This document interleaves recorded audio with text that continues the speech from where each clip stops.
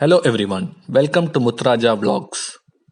பொதுவா இந்தியாவில் பார்த்துட்டீங்கன்னா பயோபிக்ஸ், அதாவது ஒரு ஒரு வாழ்க்கையை பற்றி படம் எடுக்கும்போது ஜெனரலா ஒரு கிரிக்கெட்டரை பத்தியோ இல்ல ஒரு ஸ்போர்ட்ஸ்மேன் பத்தியோ இல்ல ஒரு பிலிம் ஸ்டார் பத்தியோ எடுப்பாங்க. ஆனா ஒரு சில படங்கள் தான் ஒரு தனி மனித, ஒரு சாதாரண மனிதன் அசாதாரணமான விஷயங்களை பண்ணும்போது அதை டாக்குமெண்ட் பண்ற மாதிரி எடுக்கக்கூடிய படங்கள் ரொம்ப கம்மி. அந்த மாதிரி இப்ப எடுத்து வெளிவர இருக்கும் படம் சூர்யா நடிப்பில் வரக்கூடிய சூரரை போற்று அப்படிங்கிற படம். சோ இந்த படம் யாரை பத்தின்னு பாத்தீங்கன்னா டெக்கன் ஏர்வேஸ் நிறுவனம் அதை தொடங்கிய கேப்டன் ஜி.ஆர். கோபிநாத் அவர்களை பத்தின படம் தான். இது ஜாஸ்தி யாரும் கேள்விப்பட்டிருக்காத ஒரு நபர். டெக்கன் நிறுவனமும் ஜாஸ்தி பேர் கேள்விப்பட்டிருக்க மாட்டீங்க. ஆனா இந்த நிறுவனம் இந்திய விமானத்துறையில் நடத்திய தாக்கம் மிகப்பெரிய தாக்கம். சோ இந்த டீடைல பத்தி தான் நம்ம இந்த வீடியோல பார்க்க போறோம். ஃபர்ஸ்ட் இதை பத்தி பாக்குறதுக்கு முன்னாடி ஃபர்ஸ்ட் இந்தியாவோட ஏவியேஷன் செக்டர், அதாவது விமான போக்குவரத்து எப்படி தொடங்கியது, அந்த இண்டஸ்ட்ரி எப்படி வளர்ந்து வந்திருக்குன்றத பார்ப்போம். சோ முதல்ல இந்தியாவில ஒரு விமானம்ங்கிறது பறந்தது 1911ஆம் ஆண்டு ஒரு அகமதாபாத்ல இருந்து நைனிங்கிற இடத்துக்கு ஒரு எக்ஸிபிஷன் ட்ரிப்பா, ஒரு எக்ஸிபிஷன் பிளைட்டா ஒரு 10 கிலோமீட்டர் மட்டும் அது மெயில், அதாவது போஸ்ட் தூக்கிட்டு போச்சு. சோ அதுக்கப்புறம் ஒரு பெரிய லெவல்ல ஒரு கம்பெனி ஆரம்பிச்சு விமான போக்குவரத்து உண்டு பண்ணது நம்மளோட ஜே.ஆர்.டி. டாடா நிறுவனம் தான் ஃபர்ஸ்ட் பண்ணது. அது 1931ல பண்ணாங்க. சோ அது வரைக்குமே வெளிநாடுகள் வெள்ளையர்கள் கூட அந்த மாதிரி ஒரு இன்வெஸ்ட்மெண்ட் பண்ணல. ஆனா நம்மளோட இந்தியரான ஜே.ஆர்.டி. டாடா யாருன்னா இப்ப ரட்டன் டாடாவுக்கு முன்னாடி டாடா குழுமத்தின் தலைவர் ஜே.ஆர்.டி. டாடா. அவர் தான் இந்தியாவில இருக்கக்கூடிய பைலட் லைசன்ஸ் முதல்ல பைலட் லைசன்ஸ் வாங்கிய ஒரு மனிதர். சோ அவங்க என்ன பண்ணாங்க, 1931ல ஏர் இந்தியாங்கிற நிறுவனத்தை தொடங்கி பிரிட்டிஷர்ஸ்க்காக அவங்களோட மெயில் அண்ட் கொரியர் அந்த மாதிரி போஸ்ட் ஐட்டம்ஸ் இந்தியாவில இருக்கக்கூடிய நகரங்களுக்கு மாற்றுறதுக்கான ஒரு சேவையை தொடங்கினாங்க. அதுக்கப்புறம் இது கொஞ்சம் கொஞ்சமா பயணிகள் போக்குவரத்துக்கும் பயன்பட ஆரம்பிச்சது. இப்போ இந்தியா சுதந்திரம் அடைந்ததுக்கு அப்புறம், அதாவது 1953ல என்ன பண்ணாங்கன்னா, இந்தியன் கவர்மெண்ட் மேஜரான செக்டர்ஸ் எல்லாமே கவர்மெண்டோட கண்ட்ரோல்ல தான் இருக்கும். தனிநபர்கள் அதை நடத்த முடியாதுன்னு சொல்லிட்டு அந்த மாதிரி தனிநபர்கள் கிட்ட இருந்த சொத்துக்களை இவங்க பறிமுதல் பண்ணி அந்த இண்டஸ்ட்ரீஸ் நடத்த ஆரம்பிச்சாங்க. அது மாதிரி மாற்றப்பட்ட ஒரு இண்டஸ்ட்ரி தான் ஏர்லைன் இண்டஸ்ட்ரி. சோ அது வரைக்கும் டாடாவின் கட்டுப்பாட்டில் இருந்த ஏர் இந்தியா தேசியமயமாக்கி அதை government of India take over பண்ணி நடத்த ஆரம்பிச்சாங்க. சோ அந்த ஏர் இந்தியா 1953ல இருந்து 1991 வரைக்கும் இந்தியாவில இருக்கக்கூடிய ரெண்டே நிறுவனங்கள், ஒன்னு ஏர் இந்தியா, இன்னொன்னு Indian airlines. So Indian airlines உள்நாட்டு விமானங்கள் போக்குவரத்து பார்க்கும். ஏர் இந்தியா வெளிநாடுகளுக்கு போக்குவரத்து பண்ணக்கூடிய ஒரு விமானம். சோ அது வரைக்கும் ரொம்ப வெகு சில பேர் தான் விமானத்துல பயணிச்சிருப்பாங்க. எதிர் ஒரு பெரிய இண்டஸ்ட்ரியலிஸ்ட், ஒரு பெரிய பொலிட்டீஷியன், இல்ல மகாராஜாஸ், அந்த மாதிரி மட்டுமே ஆள்கள் 1991 வரைக்கும் விமானங்கள்ல போக்குவரத்து செஞ்சது. சோ இதுக்கு அடுத்து பெரிய லெவல்ல மாற்றம் வந்தது 1991. சோ இதை பத்தி நம்ம ஆல்ரெடி ப்ரீவியஸ் வீடியோஸ்ல பார்த்திருக்கோம், அந்த வருஷத்துல என்ன நிகழ்ந்துச்சுன்னு சொல்லிட்டு. அது மாதிரி மன்மோகன் சிங்கும் நரசிம்மராவ் தலைமையில் எல்லா இண்டஸ்ட்ரீஸையும் ஓபன் பண்ணாங்க. அது வரைக்கும் கவர்மெண்ட் கண்ட்ரோல்ல இருக்கிற இண்டஸ்ட்ரீஸ்ல பிரைவேட் செக்டர்ஸும் இன்வெஸ்ட் பண்ணலாம், நீங்களும் இன்வெஸ்ட் பண்ணலாம், நிறைய கம்பெனிஸ் தொடங்கலாம் அப்படின்றது ஓபன் பண்ணதுக்கு அப்புறம் ஏர்வே செக்டர், மத்த நிறைய செக்டர்கள்ல நிறைய பேர் வந்தாங்க. ஆனா ஏர்லைன் செக்டர் ரொம்ப கேபிட்டல் இன்டென்சிவ் இண்டஸ்ட்ரி. அதாவது ஏகப்பட்ட முதல் போட்டா அந்த தொழில் பண்ணலாம் அப்படிங்கிற இருக்க நிலையில அதுல ரெண்டு பெரிய பிக் பிளேயர்ஸ் தான் அந்த டைப்ல 1995 காலத்துல தொடர்ந்தாங்க. அந்த ரெண்டு நிறுவனங்கள் ஒன்னு ஏர் சஹாரா நிறுவனம், இன்னொன்னு ஜெட் ஏர்வேஸ் நிறுவனம். சோ இந்த ரெண்டு நிறுவனங்கள் மட்டும்தான் அந்த டைப்ல இருந்தாங்க. சோ அப்போ இந்த ரெண்டு கம்பெனி மட்டும்தான் இருந்ததுனால அப்ப இருக்கக்கூடிய விமான போக்குவரத்து இருக்கக்கூடிய பெரிய நகரங்கள், அதாவது டெல்லி, மும்பை, கல்கட்டா, சென்னை மாதிரியான நகரங்களை மட்டும்தான் கனெக்ட் பண்ணுச்சு. அது போ சின்ன சின்ன நகரங்களுக்கு விமான சேவை கிடையாது. அதுல பயணித்தவர்களும் ரொம்ப ரொம்ப மேல்தட்டு மக்கள் மட்டும்தான் பயணிக்கக்கூடிய விமானமா இருந்துச்சு. ரொம்ப காஸ்ட்லியா இருந்துச்சு அதுல பயணிக்கக்கூடிய காஸ்ட். சோ அதனால நடுத்தர அடித்தள மக்கள் அது வரைக்கும் விமானம்ங்கிறது ஒரு கனவா தான் பார்த்திருக்கோம்.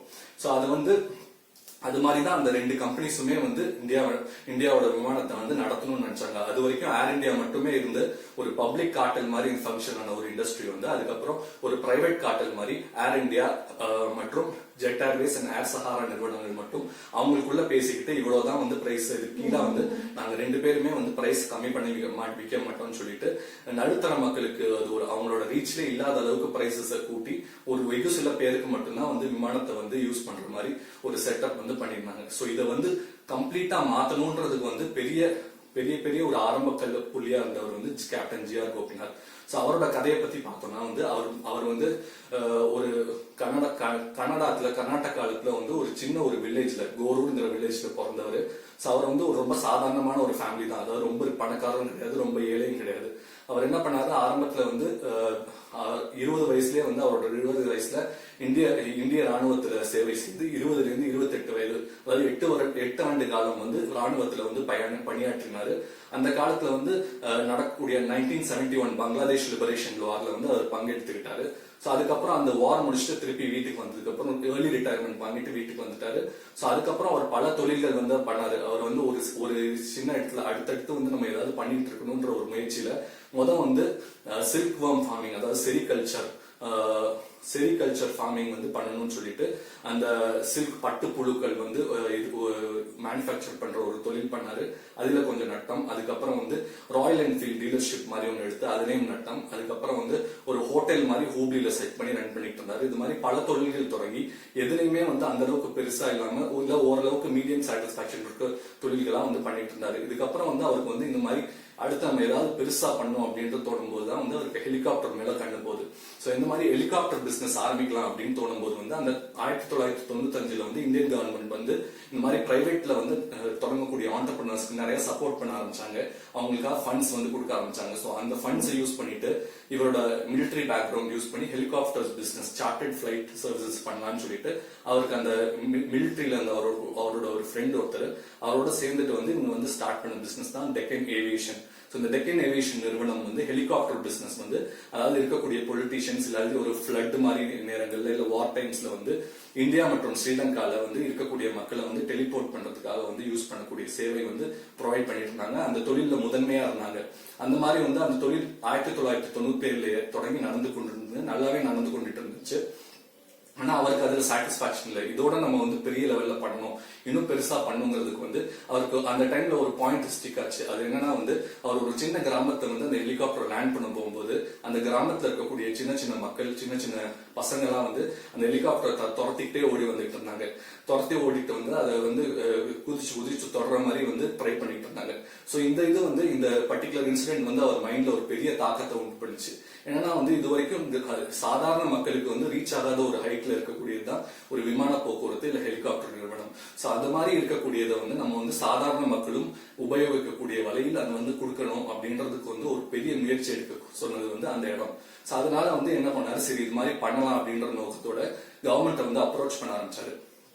கவர்மெண்ட் அப்ரோச் பண்றதுக்கு கவர்மெண்ட் வந்து பெர்மிஷன் கொடுக்கறதுக்கு தயங்குறாங்க. அது போக வந்து ஆல்ரெடி இருக்கக்கூடிய நிறுவனங்கள், அதாவது ஜெட் ஏர்வேஸ் மற்றும் ஏர் சகாரா வந்து கவர்மெண்ட்ல வந்து ஏகப்பட்ட காசுலாம் கொடுத்து நீங்க இந்த மாதிரி அவங்களை விடக்கூடாது, அந்த மாதிரி லோ காஸ்ட் ஏர்லைன்ஸ் வந்து இந்தியாவில் வரக்கூடாது அப்படின்றதுக்காக பெருமளவு முயற்சி பண்ணி அதை ஸ்டால் பண்றதுக்கு பாக்குறாங்க. ஆனா வந்து கேப்டன் கோபிநாத் வந்து கிட்டத்தட்ட 3 வருஷம் தொடர்ந்து 3 வருஷம் வந்து இதை வந்து விடாம நம்ம ஃபாலோ பண்ணணும்னு சொல்லிட்டு எவ்ரி டைம் வந்து அந்த மினிஸ்ட்ரியோ அந்த ஏர்வேஸ் மினிஸ்ட்ரிஸ் போயிட்டு அங்க இருக்கக்கூடிய பொலிட்டீஷியன்ஸ் பேசி எப்படியாவது வந்து இதை ஆரம்பிக்கணும்ன்ற விடாமுயற்சி பண்ணி கடைசியில 3 வருஷத்துக்கு அப்புறம் இந்த டெக்கன் ஏர்வேஸ்ங்கிற ஒரு விமானத்தை வந்து தொடங்கினாங்க. அதோட தாக்கம் எப்படின்னு பாத்தீங்கன்னா வந்து அந்த காலத்துல வந்து விமானங்கள் வந்து டெல்லியை வந்து குறிய வச்சிருக்கும், இல்லாட்டி பாம்பே பத்தி குறிய வச்சிருக்கும். ஆனா வந்து கேப்டன் கோபிநாத்தோட ஏர் டெக்கன் வந்து பெங்களூரை பேஸா வச்சு, அந்த டைம்ல வந்து பெங்களூர் வந்து இப்ப இருக்க அளவுக்கு பெரிய சிட்டி இல்ல. சோ அந்த சிட்டியை பேஸா வச்சு ஆரம்பிக்கப்பட்ட ஏர்லைன் ஏர் டெக்கன். சோ அது போக வந்து அந்த ஏர் டெக்கன் பிரைசஸ், அப்ப வந்து பெங்களூர்ல இருந்து டெல்லி போகிறதுக்கான காஸ்ட் வந்து ஒரு ஏர் இந்தியாலயோ இல்ல வந்து ஒரு ஜெட் ஏர்வேஸ்லயோ நீங்க போனீங்கன்னா 12,000 ரூபாய். ஆனா அதை மாத்தி வந்து ஏர் டெக்கனோட பிரைசஸ் பெங்களூர்ல இருந்து டெல்லி போறதுக்கு 4,000 ரூபாய், 12,000 இருக்கக்கூடிய காஸ்ட் வந்து 4,000 ரூபாய்க்கு குறைச்சாரு. சோ இது வந்து இந்த மாதிரி குறைக்கிறது எதனால குறைச்சாருன்னா, ஒண்ணு வந்து ப்ராஃபிட் மார்ஜின்ஸ் வந்து கம்மியா வச்சாரு. அது மட்டும் பத்தாது, அது போக வந்து நம்ம வந்து நம்மளோட காஸ்ட்டும் வந்து குறைக்கணும். அந்த காஸ்ட் குறைக்கணுன்றதுக்காக இன்ஃபிளைட் சர்வீசஸ், இன்ஃபிளைட்ல கொடுக்கக்கூடிய என்டர்டைன்மெண்ட், அதுல கொடுக்கக்கூடிய சாப்பாடு, அதுக்கெல்லாம் தவிர்த்து ஃபிளையிங்க மட்டும் ஒரு எக்ஸ்பீரியன்ஸா வச்சு வந்து அது ஆரம்பிக்கப்பட்ட தொழில். சோ அது போக வந்து அது வந்து ஃபர்ஸ்ட் அவங்க மத்த கம்பெனிஸ் எல்லாம் வந்து பெரிய பெரிய சிட்டிஸ் மட்டும் கனெக்ட் பண்ணிட்டு டைப்ல ஏர் டெக்கன் வந்து சின்ன அதாவது டயர் 2 சிட்டிஸ், சின்ன டூரிசம் பிளேசஸ், சின்ன எக்கானமி இருக்குது, மதுரை, திருநெல்வேலி, திருச்சி மாதிரி நகரங்களை வந்து கனெக்ட் பண்றதுக்காக வந்து டயர் 1 அண்ட் டயர் 2 கனெக்ட் பண்ற மாதிரி சேவைகளை ஸ்டார்ட் பண்ணாங்க. சோ இந்த மாதிரி சேவையை ஸ்டார்ட் பண்ணியாச்சு. சோ அதுக்கப்புறம் வந்து ஆளுங்க வருவாங்க. ஆனா இதுல இன்னொரு என்ன பிரச்சனைனா வந்து இன்னும் நிறைய பேரை வந்து விமானங்கள்ல பறக்க வைக்கணும். ஒண்ணு வந்து காஸ்ட்டை மட்டும் குறைச்சா போதாது, அவங்கள வந்து புஷ் பண்ணி அந்த எக்ஸ்பீரியன்ஸை வந்து ஃபீல் பண்ண வைக்கணும்ன்றதுக்காக அவர் வந்து முயற்சி பண்ணி என்ன பண்ணாருன்னா 500 ரூபாய்க்கு ஃபிளைட் டிக்கெட், 1 ரூபாய்க்கு ஃபிளைட் டிக்கெட் வந்து இன்ட்ரடியூஸ் பண்ணாரு. சில பேர் கேட்டாங்க அவர்கிட்ட, 500 ரூபாய்க்கு கொடுக்குறீங்களே, 1 ரூபாய்க்கு கொடுக்குறீங்களே, அது எப்படி சாத்தியப்படும்னு கேட்டாங்க. அவர் சொன்னாரு, இப்ப இருக்கக்கூடிய நிறுவனங்கள் வந்து 12,000 சார்ஜ் பண்றாங்க, ஆனா அவங்களுக்கு இருக்கக்கூடிய 100 சீட்ஸ்ல ஃபிளைட்ல வந்து 50 பேர் மட்டும் தான் போய்கிட்டு இருக்காங்க. இதே வந்து நான் வந்து அந்த 12,000க்கு பதிலா 4,000 சொல்லி என்னோட ஃபிளைட் ஆக்குபென்சி வந்து 100 பேர்ல 80 பேர் இது பண்றாங்க. அதனால நிறைய பேர் பயணிக்கிறதுனால எனக்கு வந்து லாபம் கொடுத்து, அது போக மிச்சம் இருக்க 20 சீட் வந்து அப்படி யாரும் அந்த 4,000த்துக்கும் வாங்கலன்னா என்ன ஆகும்னா அது வேஸ்டா தான் போகும். அந்த ஃபிளைட் எப்படியும் போகும்போது அந்த சீட் எம்டியா தான் போக போகுது. சோ அப்படி எம்டியா போற சீட்ல வந்து நான் எதுக்கு எம்டியா போனோம், அதுக்கு பதிலா இந்த மாதிரி பயணிக்கணும்னு நினைக்கிறவங்களுக்கு ஒரு 500 ரூபாய் இல்ல 1 ரூபாயில வந்து அவங்களுக்கு வந்து கொடுத்தேன்னா அவங்களும் பயணிப்பாங்க. அந்த மாதிரி பயணிக்கும் போது அவங்களுக்கு அந்த எக்ஸ்பீரியன்ஸ் வந்து பழக்கப்படும். சோ இது மாதிரி நம்ம திருப்பி திருப்பி பயணிக்கணும்ன்றதுனால புது கஸ்டமர்ஸ் வந்து ஏவியேஷன் இண்டஸ்ட்ரிக்கு வருவாங்க அப்படிங்கிற மாதிரி ஏற்பட்ட முயற்சி தான் வந்து அது. இப்போ இன்னொன்னு சொல்லுவாங்க வந்து என்னன்னா வந்து கேப்டன் கோபிநாத்தோட நோக்கம் வந்து விமானங்கள் எங்கெல்லாம் போகணுமோ அங்கெல்லாம் வந்து மக்கள் பயணிக்கிறதுக்கு விரும்பணும். அதாவது வந்து நான் வந்து இன்னைக்கு டெல்லி போகணுன்றது கிடையாது, ஆனா இன்னைக்கு நான் போயிட்டு அந்த ஏர்வேஸ் கவுண்டர்ல வந்து 500 ரூபாய்க்கு எங்க வந்து ஃபிளைட் போகுது அப்படின்னு கேட்டா டெல்லிக்கு போகுதுன்னா நான் டெல்லிக்கு போறதுக்கு தயாரா இருக்கணும். அந்த மாதிரி வந்து கிரியேட் பண்ணி இருக்கக்கூடிய சீட்ஸை வந்து ஃபில் பண்ணி பண்ணக்கூடிய பிசினஸ் தான் வந்து ஏர் டெக்கிங் பண்ணிட்டு இருந்தது. அதை வந்து ஆரம்ப காலத்துல ரொம்பவே சக்சஸ்ஃபுல்லா பண்ணிட்டு இருந்துச்சு. ஆனா வந்து இது பிடிக்காத எக்ஸிஸ்டிங் பிளேயர்ஸ் வந்து பல மாதிரி வந்து பிரச்சனைகள் கொடுக்க ஆரம்பிச்சாங்க. எந்த மாதிரினா வந்து அவங்களும் வந்து இவர் பண்ணக்கூடிய லைன்ல வந்து அந்த லைன்ல மட்டும் அவர் போகக்கூடிய பிசினஸ் லைன்ஸ்ல மட்டும் வந்து போய் காஸ்ட்டை வந்து கம்மி பண்ணாங்க. அதனால அவருக்கு பல சிக்கல்கள் ஏற்பட்டது. பொருளாதார ரீதியாக வந்து ரொம்ப டைட் ஆச்சு அவரோட லிக்விடிட்டி. ஸோ இதெல்லாம் வந்து போக்குறதுக்கு வந்து அவருக்கு அடிஷனல் ஃபண்டிங் தேவைப்படும். அது வரைக்கும் பர்சனலா அவரோட ஃபண்டிங் யூஸ் பண்ணி பண்ணியிருக்காரு. இதுக்கு அடிஷனல் ஃபண்டிங் என்னன்னா வந்து நம்ம வந்து ஒன்னு ஸ்டாக் மார்க்கெட்ல போகலாம். ஸ்டாக் மார்க்கெட்ல போனா வந்து பொதுமக்கள் வந்து அதுல இன்வெஸ்ட் பண்ணுவாங்க, அதை யூஸ் பண்ணி பெருசு பண்ணிக்கலாம். அது வந்து கேப்டன் கோபிநாத்தோட கண்ட்ரோல் இருக்கும்.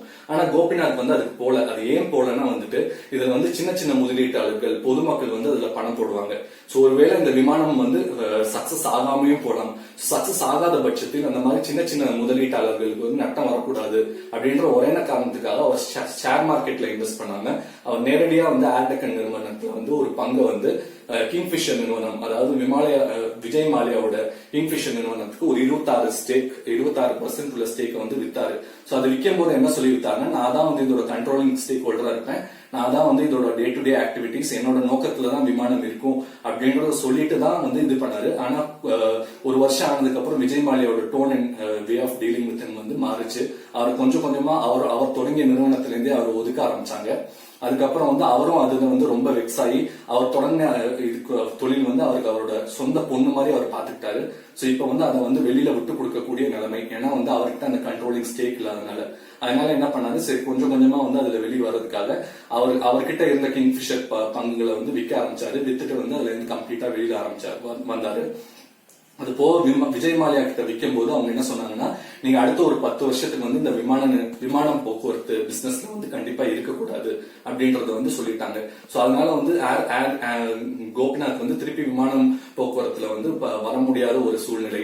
அதனால வந்து அவர் பல மாதிரியான பிசினஸ் மற்ற பிசினஸ் பண்ணிட்டு இருந்தாரு. விமானம் சம்பந்தப்பட்டது, கார்கோ பிசினஸ், மக்கள் இல்லாம பொருட்களை பல இடங்களுக்கு கொண்டு போற மாதிரி பிசினஸ் வந்து பண்ணாரு. சோ அதுவும் வந்து வேரியஸ் இது வந்து அவரோட கிளிக் ஆகல. நிறைய பிசினஸ் பண்ணி தோல்வி அடைஞ்சாரு. ஆனாலும் விடாமுயற்சியில திருப்பி வந்து முயற்சி பண்ணிட்டே இருக்காரு. இன்ஃபேக்ட் இப்ப கூட இந்தியன் கவர்மெண்டோட உடான் என்ற ஸ்கீம்ல சின்ன சின்ன நகரங்களை கனெக்ட் பண்ணுன்றதுக்காக 34 நகரங்களுக்கு வந்து அவர்கிட்ட கான்ட்ராக்ட் கொடுத்திருக்காங்க. சோ அந்த மாதிரி 34 நகரங்களை கனெக்ட் பண்றதுக்கு 69 வயசுலயும் அவர் வந்து இன்னும் முயற்சி பண்ணிட்டு இருக்காரு. இப்பேற்பட்ட கிரேட் பர்சன் தான் வந்து ஜி.ஆர். கோபிநாத். அதாவது சாதாரண மனிதர்களோட கனவுகள் அதை வந்து நிறைவேற்றணும், அசாதாரணமான நிலைக்கு வந்து அவங்களை கொண்டு போகணும் அப்படின்றதுதான் வந்து இவரோட பெரிய நோக்கம். அதுக்காக ஒரு விடாது பாடுபட்டு இன்னமும் போராடி கொண்டிருக்கும் ஒரு நபர் கேப்டன் கோபிநாத். இவரோட கதையை வந்து எல்லாரையும் போய் சேரணும், எல்லாரும் ரீச் பண்ணி சின்ன சின்ன குழந்தைகள் வந்து அவங்களோட கனவுகளுக்கு வந்து மெய்ப்படுறதுக்கு முயற்சி பண்ணணும் அப்படிங்கறதுதான் இதுல வந்து ஒரு பெரிய இது. அதனால இந்த சூரரை போற்றி படம் வந்து அதுக்காக என்ன பண்ணாங்க, இந்த ஆடியோ லான்ச்ல வந்து ஒரு நிறைய வந்து சின்ன சின்ன புவர் கிட்ஸுக்கு வந்து ஒரு கான்டெஸ்ட் நடத்துறாங்க. அவங்க என்னன்னா வந்து அவங்களோட கனவுகளை பத்தி வந்து எழுதணும் ஒரு எஸ்ஸே. அந்த கனவுகள் பற்றி எழுதின எஸ்ஸேல பெஸ்டா இருக்க எஸ்ஸேஸ் இருக்க ஒரு 100 பீப்புளை வந்து அவங்க வந்து ஃபிளைட்ல ஃபர்ஸ்ட் டைம் ஃபிளை பண்ண வச்சாங்க. சோ அந்த மாதிரி இருக்கக்கூடிய ஒரு சின்ன இது வந்து அவங்க அந்த குழந்தைகள் மனசுல பெரிய தாக்கத்தை உண்டு பண்ணும். அவர்களும் வந்து வருங்காலத்தில் கோபிநாத் போல பெரிய கனவுகளுடன் செயலில் ஈடுபடும் ஒரு பெரிய ஆச்சரியம் நிகழும். சோ இந்த மாதிரி வந்து சூப்பரான ஒரு பர்சனாலிட்டி. இதை பத்தி படிக்கும் போது எனக்குமே ஒரு தனி ஒரு கலக்கம் ஏற்பட்டுச்சு. சோ அது மாதிரி வந்து ஸ்டோரிஸ் வந்து நீங்களும் தெரிஞ்சுக்கோங்க. உங்களால முடிஞ்ச அளவுக்கு அதை மற்றவங்களுக்கும் ஷேர் பண்ணுங்க. கண்டிப்பா அது ஒரு பெரிய தாக்கத்தை நம்மளோட சமூகத்துல உண்டு பண்ணும். Thank you for watching. For more interesting content, please like, comment, subscribe and share to Muthraja Vlogs.